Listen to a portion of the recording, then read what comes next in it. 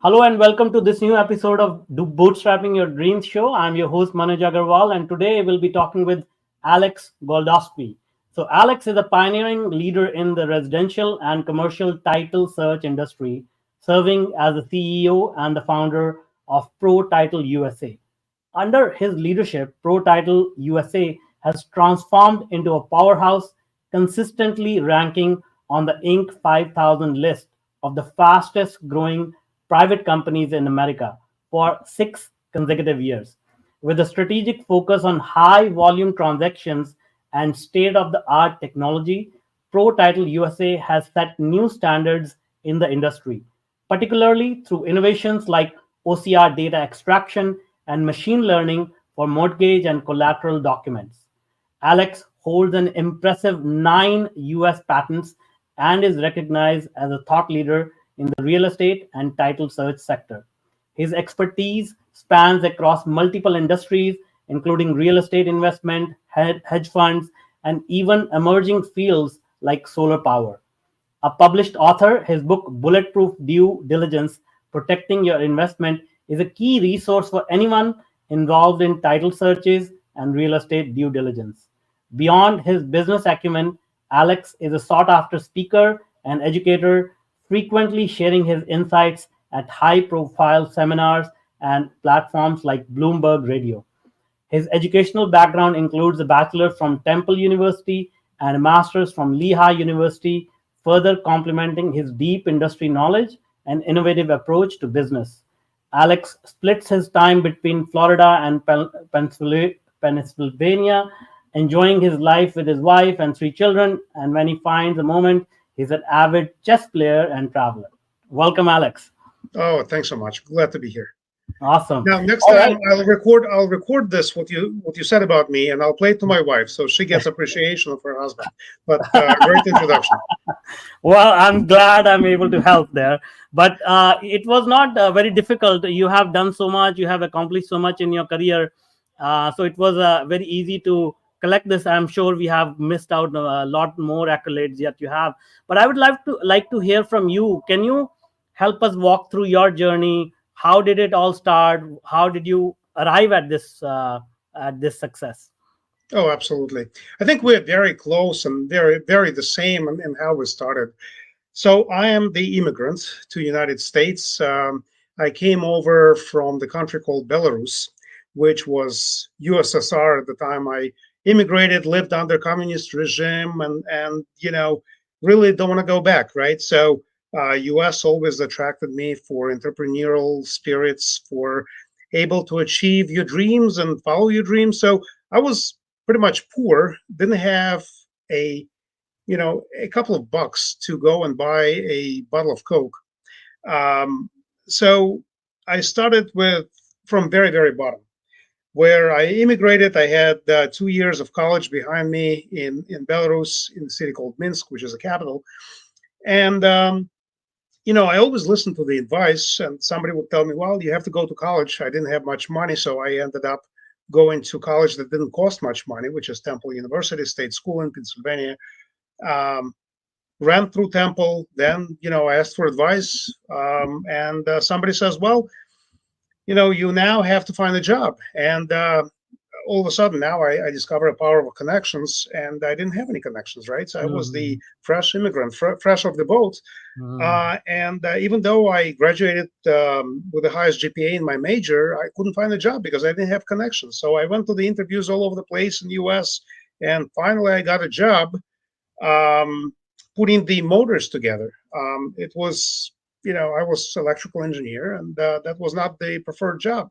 Mhm. Then I switched a few jobs, and actually was lucky enough to work for AT&T Bell Labs at the time of this telecom boom.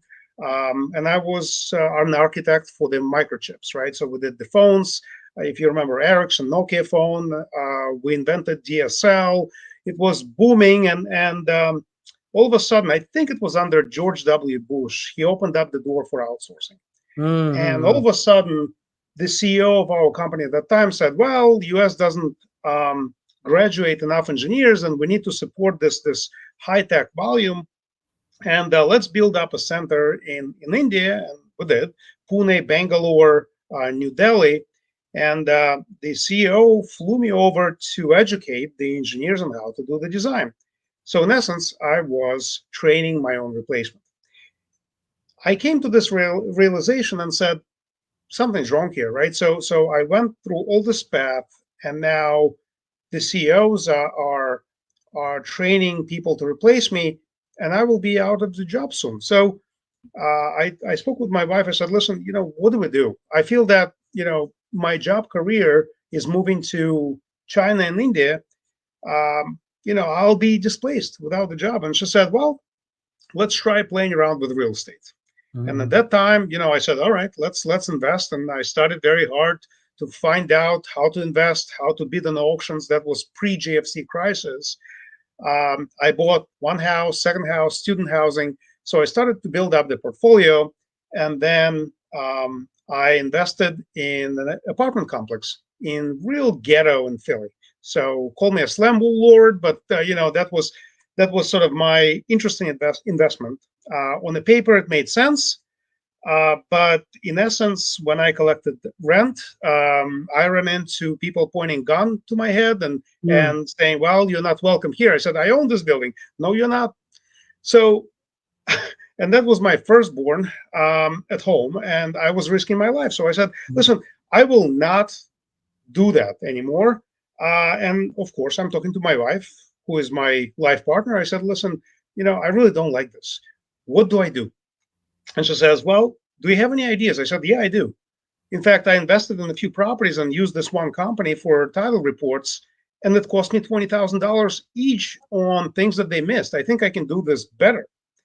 So, this is how the idea was born, that I need to develop something that the market can use and rely on, Mhm. and see if I can sell that as a product. So I sold all the real estate that I had prior to JFC. Call me lucky, I guess, before the crash of real estate. Now I regret it, of course. It's probably tripled or quadrupled in Mhm. value right now. But uh, at that time, it was the right thing to do. And the next sort of stage in my development was I am sitting in sauna, a Russian sauna, where all my buddies, come to socialize, and everybody's bragging, hey, I did this, I did that. And one of the guys that everybody really respected had 7 businesses, right? Mhm. And the way he structured the business was he would launch a business himself, and then he would give it to his relative. And the agreement would be the relative would pay him anywhere from 10 to 25% of revenue, but the relative would run the business, and the carry from the business, from the income, would be part of the income to this relative. And one of the guys there, we talked about how much everybody makes, and I'm still working at telecom career, and on the side I sold my real estate Mhm. properties, and all of a sudden, I sit there and say, well, I think I'm on top of the world with a full-time job, right? So I make the top money. I compare myself to other employees there, and right now it's probably anywhere from 150 to $200,000, and I say, yeah, I'm on the top of the world. I've reached that point. And then the guy that didn't go to college, was drop out from high school, but he was a relative of this guy. And in sauna, this businessman says, well, how much do you make? Just tell everybody, how much do you make? And I'm thinking, oh, he's going to say 100 or 125. He goes, I don't want to offend anybody. I said, the businessman goes, no, no, go ahead and say it. Don't offend anybody. I am your boss. So I'm asking you to tell how much you make a year. No, Mhm. I'm not comfortable. How much do you make a year? He goes, $3 million. Mm. Then I have a short circuit in my brain. I go, I went through my bachelor's degree, my master's degree, the career in telecom, invested in real estate, and I'm not making that much. There's something wrong with what I'm doing. So all of a sudden, I started to think that my goal should not be this glass ceiling of the salary, but I have to really shoot for the sky. And I said, well, I have to figure out what can I do as a businessman, not just invest in real estate properties and do one-off Mhm. Mhm. deals, but how can I do things consistently and how can I invest in something that Mm-hmm. will translate to that level of income. Sure, sure. So I remember that idea that, hey, I really wanted to do this job much more accurately, and I think this is needed for other folks. So the initial idea was, okay, let me create something and a website and see if people will start ordering. So one of the things that I tell everybody, entrepreneurs, business owners, folks that are starting, Google is the biggest equalizer. What does that Mm, mean? If you pay for AdWords on Google and spend money on marketing, it doesn't matter if you are a multi-billion dollar company or a company with one employee. Google doesn't care. If you pay more, you're in first place and people order from you. So in essence, I said, all right, so let me build a little website. I was not a website developer. I had a friend, right? So it's an importance of having the right people around you. And a mm-hmm. friend that said, all right, listen, let me put the website together in 2 hours. I said, all right, let's meet at the pool. We're Yeah. sitting drinking beer at the pool. And he says, oh, let me launch this right now. I said, Mm-hmm. okay, and I will prep the Google AdWords. So we did things in parallel in about 2 hours. I put the phone number on the website, and I programmed in one of the either Ring Central or any other services. Anytime I get a business call, it'll have the extension 42s. So, he built a website, he posted on the server. I launched the Google AdWords. In about 10 seconds, I receive a call with 4 twos. And I'm going to my friend, his name is George. George, what is this? I can't believe it. We just posted it. How Yeah, do I yeah, yeah. get a phone call right away? He says, I think you're onto gold mine. I said, all Uh, right, let me pick it up and see what happens. Maybe it's a test. I pick mhm. it up, and there was a builder screaming that he has an urgent need to do this service, to do this product, and he has 100 orders for me. And I listened to him. I said, well, I don't know what to do. I don't know how to do it. I don't know how to process his credit card, Yeah, his yeah. invoice. I have nothing, but Uh, yeah, we can do it. That's what my answer. yeah, I never say no. That's a rule in my yeah, business. I never yeah. say no. I figure out how to do it no matter Mhm. what, right? So I never say no. I said, yes, we can do it. And this is how. So after that point, I'd say about a year, I had no sleep at all. Mm, My wife was with a newborn, and I was trying to figure out how to build the the tool, the product, the set of products that will fulfill this type of calls. mhm, mhm, And the original idea was, hey, it was pre-GFC. The bank started to fail. The foreclosure auctions were the highest, and my idea was, hey, let me do this foreclosure auction on property mhm. that goes up, free searches, and I'll stand next to the foreclosure auction clerk's offices or sheriff's offices, and I would just give out the papers. Here's a search for this. Just pay me on the spot. Never worked. It was a fail, Mhm, complete fail. mhm, But what I mhm, found out is a sweet spot of the market, right? Where this product is needed.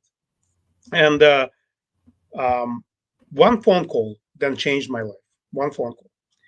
So I think I had 2 or 3 employees, um, admins, right? They were helping me to sort the emails, to take orders, to process the credit cards. And then, I received a call, and then somebody out of the admins rerouted to me. I pick up the phone, and somebody on the line says, "Hi, this is FDIC." I go, "Well, my money is safe in the bank. I don't know mhm, what is this about." And then, the lady said, "Listen, we need all hands on deck, because banks are failing, and we need all companies that can do this type of job to go and process these orders from the banks and sell them on the capital markets to do a mini underwriting for tax and title. In other words, for all the liens that are outstanding on each asset that is under possession of the bank. Can you handle commercial loans and commercial diligence?" I thought about it. What did I say? Yes. Can you Yeah. handle 1,000 orders in a week? I go, Mhm. oh my God, I can't. I can't. But I said, yes, we can. Yeah. Right. So I don't say no. Yeah. And it was a pure hustle to really build a team in a matter of a week to be able to process things for FDIC. And we were Mm-hmm. on the same level as some of the multi-billion dollar companies, Mm-hmm. but they found us. Why? Because we were online and we were Mm-hmm. equal to them. And I can tell you that today we are the only tax and title search provider for FDIC. Everybody else were not as fast, as cheap, Mm-hmm. and couldn't handle the volume. So we are now the only ones that would handle failed banks, for example. If SVB or Signature would fail, it would come through my desk. And my company, one of my companies that, will jump on it and process the orders. Mm-hmm. So it was a journey of, I would say, just to wrap up the whole story, listening to my wife. That's very important, right? It Yeah, all yeah, starts with my wife. If yeah. if if it's not her, I would not be here. Mm-hmm. Um, Two is surrounding yourself with folks that can do things that you cannot do. Yeah, yeah, yeah. Advisors and mentors, and just being lucky, right? So it has a element of luck in every Yeah. business, every success story. You hear the element of luck, right? So Mhm. to me, it was that one phone call. It was the builder's call. It was the you know just me failing on some of the ideas before I thought, this is what the niche is. This is Yeah. what the sweet spot of the market is. And today I look back, I say, well, it was quite a journey, right? And starting from nothing, coming to United States to owning three companies, right? ProTitle, One Diligence, and Doc Solution, and being Inc. 5000, fastest growing companies for ProTitle. This year, we're Inc. 5000 for Doc Solution for the first year. So they Mhm. just announced the results. I think we're in position 3000 or something like that out of 5000 fastest growing private companies. So we are reaching the success, right? Yeah. And the whole story makes me so excited because it shows that if you are dedicated, you can come from nothing, and you have this drive, right? You have the Yeah. drive to say, I will prove to my wife, to my parents, to my friends that even though the starting point of me being nobody, it actually is beneficial because I have a Yeah. drive for success. Exactly. No, absolutely. Yeah. And I think, yeah, you summarize your story. What an inspirational story, by the way. Thanks for sharing that. But I think you summarize it well. Like, surround yourself with positive people, support system, your wife, your family, your kids. And I think one thing you missed out is the power of saying yes, because at every point you said yes. And because most people will be afraid and say no, I will fail or somebody will laugh at me or whatever. But the power of saying yes is very, very powerful, right? Absolutely. Yeah. That and also believing in yourself. So Yeah. trying to not listen to all the naysayers, right? A lot of people said it'll fail. This is a crazy idea. You just have to have your vision. And Hmm. every negative thought you just ignore or Yeah. develop a thick skin, right? Yeah. So, in other words, if there's a competitor that's bad mouthing you, or if there's somebody out of your inner circle is saying, this is crazy idea, but you have a vision, don't listen Hmm. to them. Follow that vision. Absolutely, absolutely.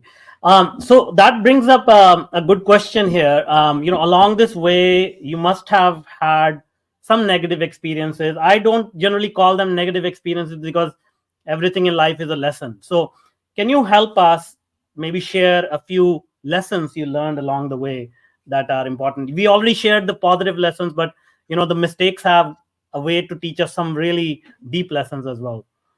Yeah, I mean, there's so many lessons. I think one of the big lessons is understanding that in every business, and this is my problem as an engineer, right? As an inventor, I love inventing. I'm mini Elon Musk, right? I Mm-hmm. love inventing. That's what I love to do.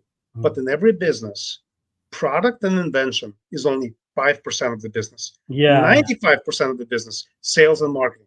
Yes, I yes. came to that realization when I, for the 5 years or 6 years in the business, I'm still small to mid size, and I started to realize that um, big companies, big corporations will design a custom marketing strategies to attract some of the bigger clients that will give them 10x business I was getting.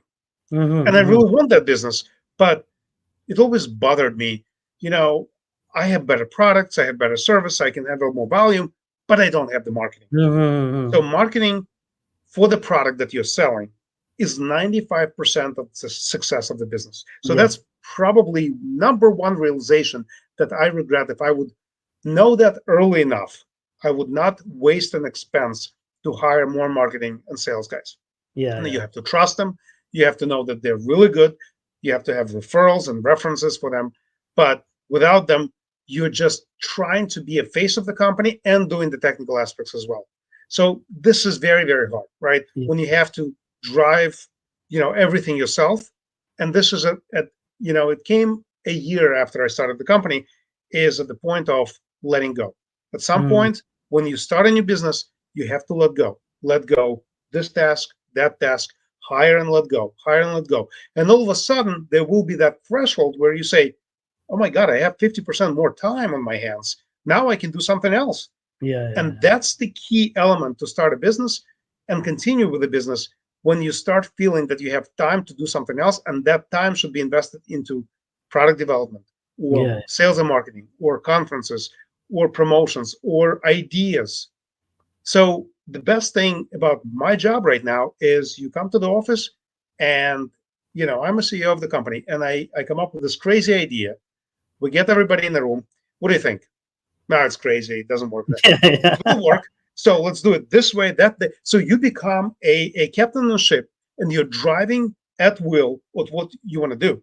And the Yeah. team gets so energetic behind it, right? So you lead by example and you show the impossible things that cannot be done if you just say it. But if you break them down, okay, yeah, it's possible, it's achievable. And this is the best, you know, kicker in my job. This is what I love, right? I love inventing and launching new products, Yeah. technology elements, AI. So building new things that everybody will appreciate and staying ahead of the curve. So that's probably a long answer to some of the things that I would do differently. Procrastination is another one. Not understanding how to start a business is another one. Just giving up on ideas that I had before for the businesses. I just completely gave up. Choosing the wrong partners is a big no-no, right? I had Mm-hmm. 2 or 3 businesses that failed and I tried so hard. I did my part, but the part that was very important in the business constantly was failing. Why? Mm-hmm. Somebody was lazy. Somebody was late. Somebody couldn't communicate with a client. Somebody couldn't sell. So it was always, I felt that with the partnerships, it's always very hard. Even though in the beginning you say, yeah, let's do it together. I will do this 50%, you will do that Mm-hmm. 50%. But somebody always works harder than the other. Yeah. Yeah. Absolutely. Yeah. So Absolutely. those are just a few, but I guess I can come up with another Yeah, 10, yeah, yeah. right? Of course, of course. Yeah, life is full of lessons, but these are great, and I completely resonate with the first one that you mentioned, because I come from engineering and technology background as well. Like, I always used to think the invention or the technology is what makes a company, but totally misunderstood it, and um, it's a complete it's a complete realization when you have it. But tell me now, you mentioned AI, and that's where how we came across each other. Blockchain, AI, these are the technologies of tomorrow. So tell Yeah. me a little bit about that. Like, what is your interest in that? What are you doing with it? Where do you see the industry going? Yeah. So it's a loaded question. Let's peel the onion, right? So Mhm. my journey with AI was listening to my client. So I had this great client out of Dallas. In I think it's 2018. We started talking, and they said, "Well, what are you guys doing?" And they saying, "Well, we're doing AI." And I go, "That's full of crap. What do you mean doing AI? What's AI? Mhm. AI doesn't exist. It's a pixie dust. AI is there's no artificial intelligence." And then I started to listen to them, and they were describing some of the things that they're doing. I said, well, that's not really AI, but this is algorithmic approach to some of the problems that the industry was facing. Now, my industry is all paper, right? So for me to understand and extract the points out of each document, the key to success, right? the whole industry is still stare and compare, and I'm talking about banking and finance, county offices. If you walk into the county offices, you'll see an archive. Archive is just, a bunch Mhm. of safes with documents in it, and people go in there and they look for the documents in the folder. They pull it Mhm. out, they scan it in, then they send it to the client. Client looks at it. Okay, it's a wrong document. Go get me another one. So it's Yeah. all paper pushing, Yeah. right? Yeah. Yeah. Yeah. And to me, what the client was doing was quite revolutionary, right? So they're doing something that would read the document automatically. They did many methods, and they identified one of them that worked. And I said, well, maybe what I should do is I should look at it myself, because my Mhm. businesses all deal with paper, and I think that I need to look at the AI solutions. Mhm. Mhm. Prior to me thinking of that, I looked around and I said, all right, so what's going on with AI, right? So first is, AI as far as ChatGPT, giving the answers, hallucinating, not very accurate. If the attorney will ask to prepare the judgment or pleading, it will come up with some sort of a case that doesn't exist. So I got scared of that. And instead, I said, let me focus on something called machine learning data extraction. So this is my main focus, because I deal with documents and I want to make sure that I create a robot that will understand the document Mhm. out of Mhm. the blob of PDF files or JPEGs or whatever, Yeah. Yeah. JPEGs, and then read it, extract the data points, analyze it, and create some sort of a report. And my first question, okay, so who is out there doing this? I looked at this company. They're doing OCR text recognition, and they call it AI. I said, well, that's not AI really, Yeah. because every time you have a rotated page, or you have the same text crossing a page, or things happen on a page, you get garbage. And then it takes a long time to go and figure out that this is garbage, and they have to replace all the garbage and put the Yeah. right values. So the amount of time was the same as the Mhm. human would take the file Mhm. and then Mhm. pull the data by hand. Yeah. Yeah. So I Yeah. said, all right, so that doesn't work. Next is, there was another company that showed quite a potential, and then 2 years down the line, they gave up on the development because it was too complex, too many variations. For the same document type, there could be 100 variations that the Mhm. machine Mhm. needs to learn, and that was 5 years ago. So, and then I said, all right, so what do I do? All right, so companies that I looked at really don't give any competitive advantage. There's Mhm. no incentive for me. What do I do? I hired one of the guys that claimed to be a professor in university teaching AI. So I said, well, all right, this guy knows programming, this guy knows AI and the theory, and I hired him. And I can tell you that we changed the algorithm of extracting the data from the documents probably 6 times. Mhm. Right. Mhm. And every time he would give me a lecture, this is how it should be done. There's a graph of all the Mhm. complexities. And I said, listen, this is too complex. I feel dumb talking to you, but whatever you do, it doesn't work. Okay, so 6 months later, we said goodbye to each other. I said, listen, I don't know. I need somebody that can implement what I want from these documents to extract the data. So I Mhm. hired two key guys. One is one used to be in pharmaceutical industry, and the second used to be in merchant services, the company that was absorbed by Walmart, I think, or somebody big. Mhm. So I hired those two guys, and right off the bat, the reason why I hired those two guys, one was my friend. Um, he all of a sudden tells me that at home he taught the computer how to play poker with Mhm. him. So, and the challenge that he had to overcome was the color of the cards, I red see. versus black. So the computer scans it, and every shade, if you do black and white scan, so now you deal with shades, and the computer couldn't tell the difference. So he changed to sort of color scanning, and now the computer knows the rules of the cards and or Mhm. poker, and started to play poker with a guy, and I. he developed a game. So I said, this is very similar, right? Card game and scanning of the documents, very similar. You deal with the wet ink signatures that are in blue. You deal with the notary stamps. You deal with the recorder stamps. So I hired these guys, and in a matter of a couple of months, they showed me a proof of concept using NLP, natural language processing, that they are able to read the document, understand it, and say, this is what it is.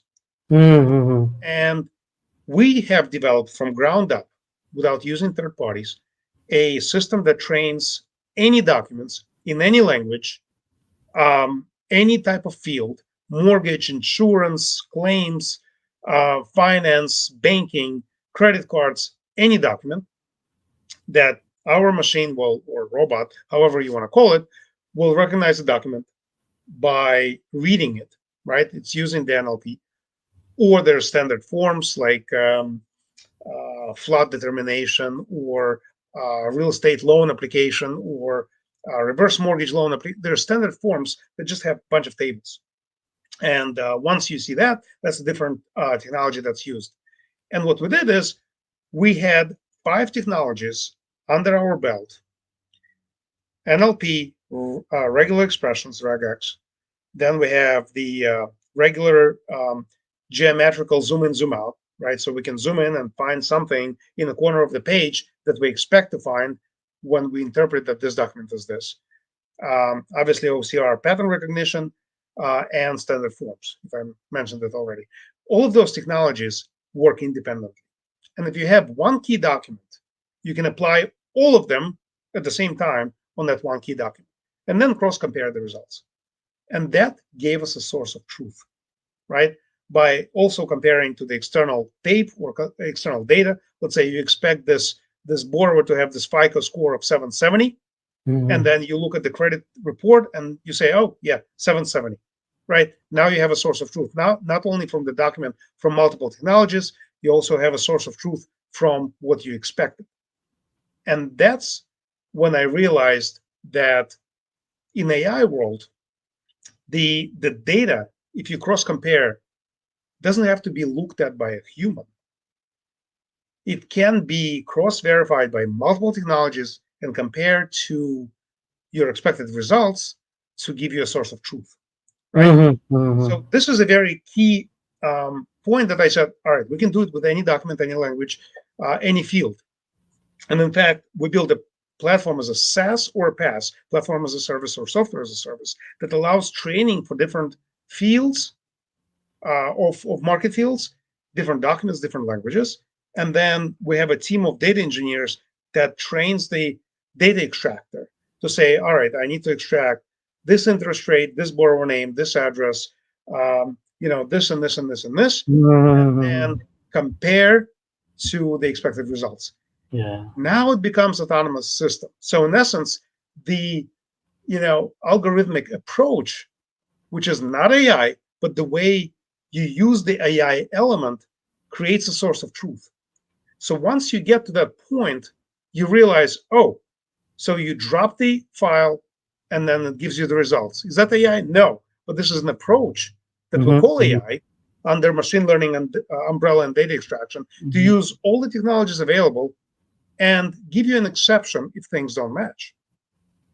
And that application can really be broad to all the segments that deal with paper pushing. Yeah, right? yeah, Deal with stare and compare. Deal with, I need to type it from here to there. So anytime you have the functionality of the receptionist, this is what the tools will do. And I think, coming to we're now rated by all the rating agencies. Our system is rated by S&P, by Fitch, Kroll, or Morningstar, those as a TPR firm. So they looked at our platform and said, oh my God, you guys are 2 to 3 years ahead of the competition, right? So this is a great, call it achievement award by our companies to really build something that makes sense to me, right? It's not pixie dust, but it's something that you drop a document, the result comes out. And we filed an application on how, or a patent application on how to do it, right? Yeah. So for us, it was very important to preserve the IP on how we do this, because the professor tried, he failed. Many methods, many algorithms, but pulling the guys from different fields and brainstorming on how we do this made this happen. I'm not technical enough, but they are. So I dreamed big in AI. I said, these guys, my clients, are using AI. These guys failed in AI. What can we do? And slowly we start to build it up, right? So that's the AI to me is, I would call it high human intelligence, right? It's intelligence to help human to extract the data, right? So there's no artificial decision. It's all algorithmic decision on how the data is read. So that's my sort of evolution in AI, to be precise in what we do. Because remember, in my field, one error out of 1,000, which can be caused by ChatGPT or Claude or whoever, or new algorithm is, if I have one miss, one error, it'll cost client $1 million. Yeah, exactly. So precision and exceptions that I can view, feel, and touch, that's what's the most important for our business. Yeah, it's fascinating stuff. No, I completely agree. Again, maybe it's because we come from similar backgrounds on technology and business, and we know how important time saving is, how important precision is. Just like you, like I started my career in a factory where 0.2 millimeters was the tolerance of error. So you get to learn, how the real world works. I'm sure, this is such a deep conversation. We can go on for hours and hours and hours. So I think I'll have to bring you in for another conversation. But it's been a really, really good, inspiring journey that you are on. And I'm sure this is just the beginning. I think you are going to be doing many more big things. So congratulations on that. Now, before I let you go, can you tell us, if people want to connect with you, they want to reach out, what is the best way to do that? Yeah, I always check LinkedIn. So folks can find me by searching LinkedIn, Alex Goldovsky. You can order my books right there if you care about learning about title and diligence.